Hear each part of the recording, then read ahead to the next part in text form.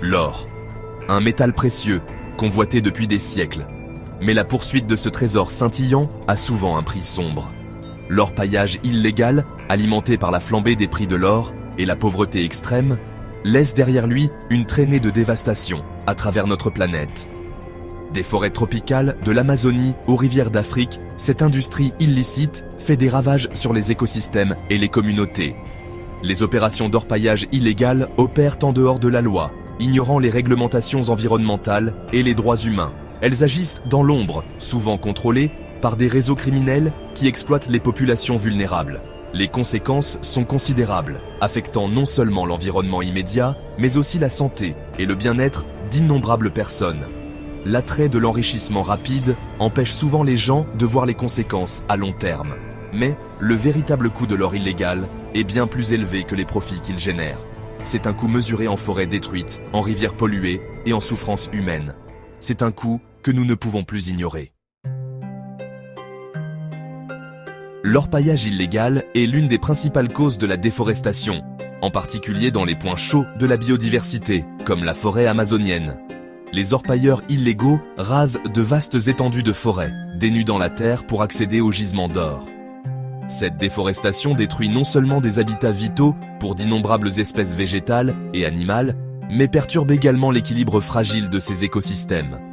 Les dommages environnementaux ne s'arrêtent pas là. Les orpailleurs illégaux utilisent souvent des produits chimiques hautement toxiques, comme le mercure, pour extraire l'or. Le mercure, une puissante neurotoxine, contamine le sol et les sources d'eau, empoisonnant la faune et les populations. Les rivières et les ruisseaux, autrefois grouillants de vie, sont transformés en cours d'eau toxiques, dépourvus de poissons et d'autres créatures aquatiques. Les conséquences de la dégradation des sols sont tout aussi graves. L'élimination de la couche arable et l'utilisation de produits chimiques rendent la terre stérile et infertile, incapable de soutenir les cultures ou la végétation. Cette perte de terre fertile aggrave la pauvreté et l'insécurité alimentaire dans les communautés déjà vulnérables. Le coût humain de l'orpaillage illégal est stupéfiant. Les mineurs, qui travaillent souvent dans des conditions dangereuses, sans équipement de sécurité adéquat, risquent leur vie quotidiennement. Les glissements de terrain, les effondrements de tunnels et l'exposition à des produits chimiques toxiques sont des menaces constantes. Le travail des enfants est monnaie courante. Des enfants d'à peine 10 ans étant contraints de travailler dans des conditions dangereuses, leur santé et leur éducation sacrifiées à la recherche de l'or. L'intoxication au mercure est une épidémie silencieuse dans de nombreuses communautés minières. L'exposition au mercure, même à petite dose, peut entraîner de graves problèmes de santé, notamment des dommages neurologiques, une insuffisance rénale et des malformations congénitales. Les effets sont particulièrement dévastateurs pour les enfants et les femmes enceintes.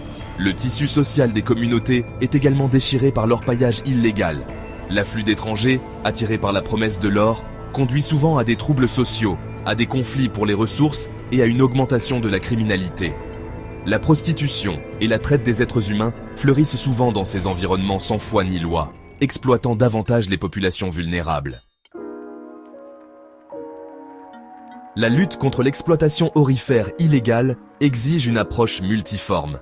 Les gouvernements, les organismes d'application de la loi et les organisations internationales doivent collaborer pour démanteler les réseaux criminels, renforcer l'application de la loi et poursuivre les personnes impliquées dans ce commerce illicite.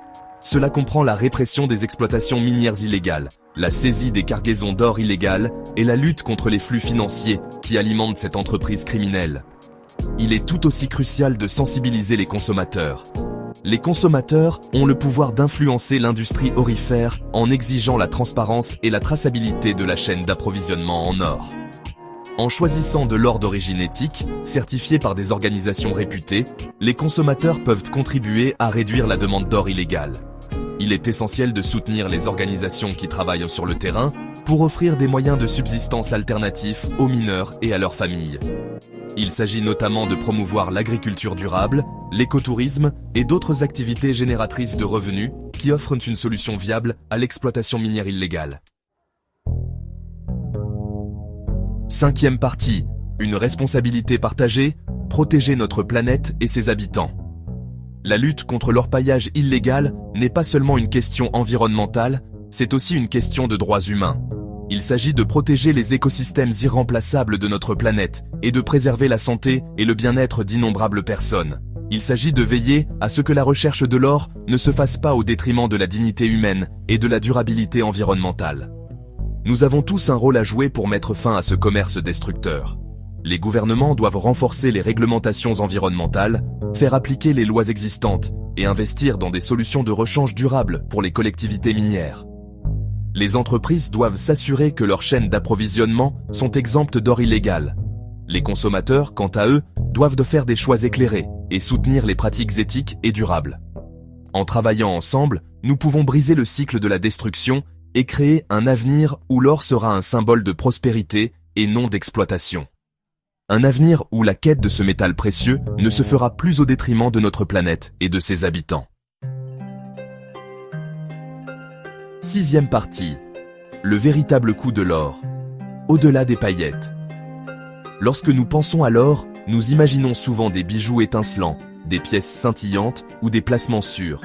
Mais derrière cette façade séduisante se cache une réalité plus sombre, une réalité souvent cachée aux yeux du consommateur. Le véritable coût de l'or, en particulier l'or obtenu par des moyens illégaux, est bien supérieur à son prix du marché. C'est un coût qui se mesure en termes de dévastation environnementale, de souffrance humaine et d'érosion de la stabilité sociale et économique. Chaque gramme d'or extrait illégalement représente une traînée de destruction, du défrichement de forêts tropicales vierges à l'empoisonnement des rivières et à l'exploitation de communautés vulnérables. Il représente des moyens de subsistance perdus, des rêves brisés et un héritage de dégradation de l'environnement dont la guérison prendra des générations.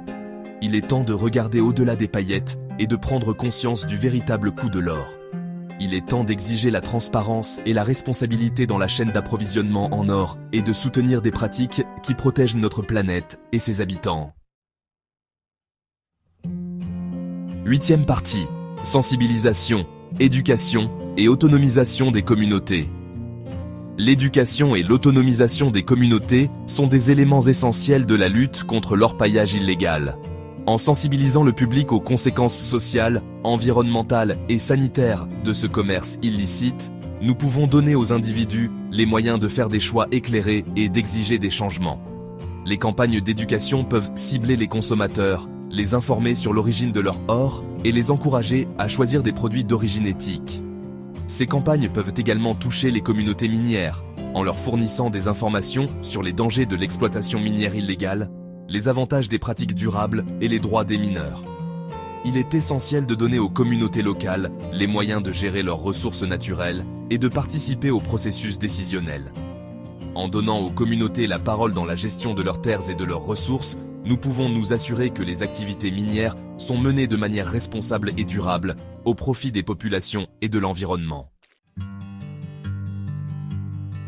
Neuvième partie, un appel à l'action, notre rôle dans l'élimination de l'orpaillage illégal. La lutte contre l'orpaillage illégal est une responsabilité collective. Elle exige un effort concerté de la part des gouvernements, des entreprises, des consommateurs et des organisations de la société civile.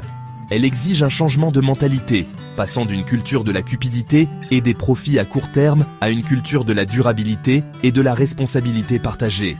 Les gouvernements doivent renforcer les réglementations environnementales, faire appliquer les lois existantes et investir dans des solutions de rechange durables pour les collectivités minières. Les entreprises doivent s'assurer que leurs chaînes d'approvisionnement sont exemptes d'or illégal, en s'approvisionnant en matériaux de manière responsable et transparente.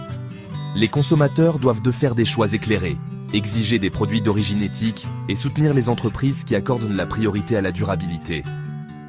Nous ne pouvons plus fermer les yeux sur les conséquences dévastatrices de l'orpaillage illégal. L'avenir de notre planète et le bien-être d'innombrables personnes dépendent de nos actes. Choisissons de faire partie de la solution et non du problème. Exigeons une industrie aurifère qui place l'homme et la planète avant le profit. Il est temps d'agir.